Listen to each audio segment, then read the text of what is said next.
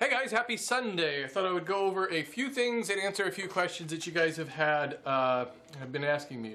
First of all, the Block Lauder ad that was on my Sawhorse video. A couple of people asked me if that was a real ad or not. Yeah, it was, and that's why I just thought I would make it skippable, so it's like a faux YouTube ad, because that's not really one of those skippable ads that they place on the video, so I just made it to look like that. But it's a real ad, and because Block Lauder, they sent me the pants and asked me to do something like that, and you know, just let me do whatever I want. And that was a lot of fun.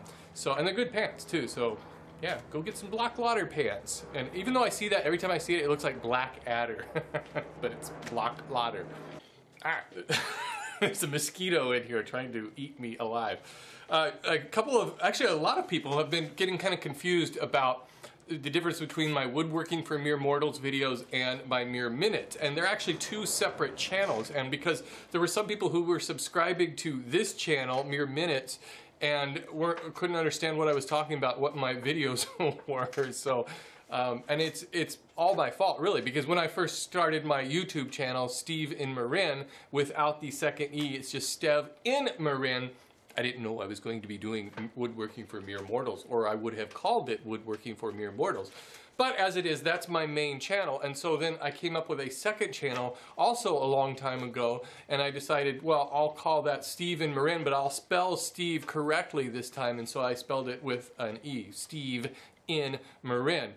And they both look alike when you just look at those names, so I can see why people get confused. But make sure that if you're getting these videos, this is just kind of like personal blog of rambling, like what I'm doing right now. Make sure you subscribe to my regular channel with the woodworking videos, and if you just go to my channel page, it's all very clear there. I've had a lot of people ask me about my Safety Third t-shirt that I've been wearing. Actually, those are new. You can buy them on my website now if you like. But really what that is it's playing on more of what Mike Rowe from Dirty Jobs, he kind of, I think, started this whole Safety Third business. And I thought it's really a good point, because really what that is that's telling people that safety to me is important, but it's not the most important thing. Because a lot of people, they constantly are just saying safety first, safety first, safety first, and then just mindlessly following these rules. And when you do that, you become complacent and you do not respect your tools any longer. So Safety Third just saying, I don't know, like a number. It was like, well, it's not the first, because my first priority in woodworking is to make a project. If my first priority was really safety, I probably wouldn't be doing woodworking. I would be just sitting on a computer doing something that was not as dangerous as woodworking, because it will always be dangerous. But safety is my concern, and yeah, I place it somewhere around third. And plus, it's just saying Safety Third gets people to think a little bit about safety, because it is important, and it should be important, but safety is important to me. Your safety should be important to you. And well, plus, it's also, that shirt is just also kind of a little shot to all the safety nannies.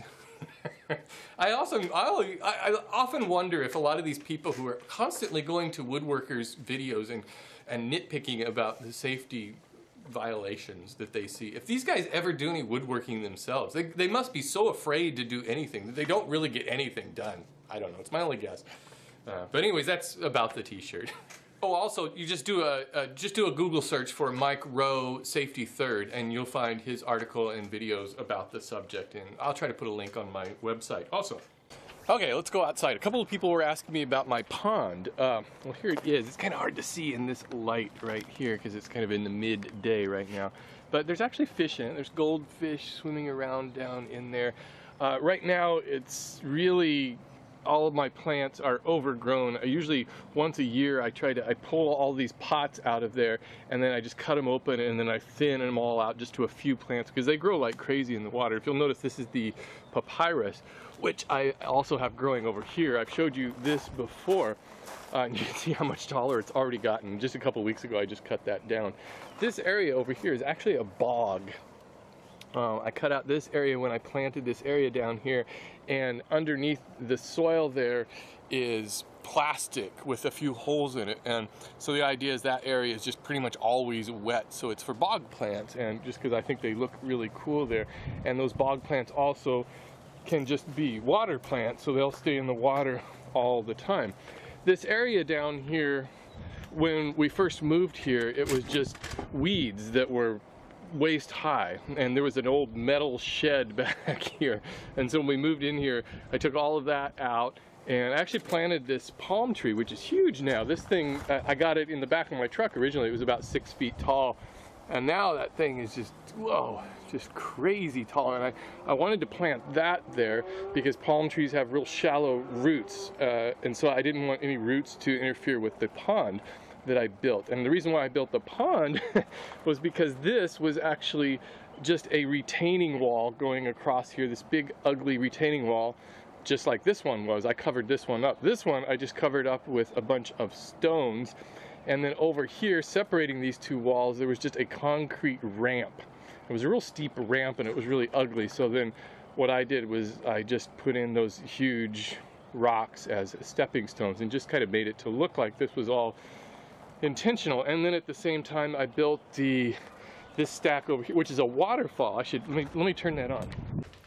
I've actually got the switch out here in my workshop. Let's see, here it is, the waterfall. So I haven't run it in a while. Let's see if it comes on all right. I've got 2 pumps in the, yeah, here it comes. I've got 2 pumps in the pond. One of them just keeps water circulating in the pond, and the other pump is to circulate water for this waterfall here.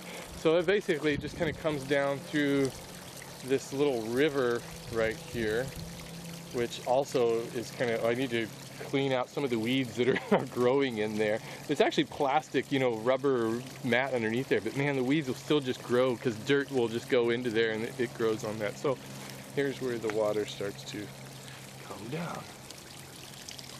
And the fish really like it. The fish just, well, they just love the way that water comes in. It gets them all excited.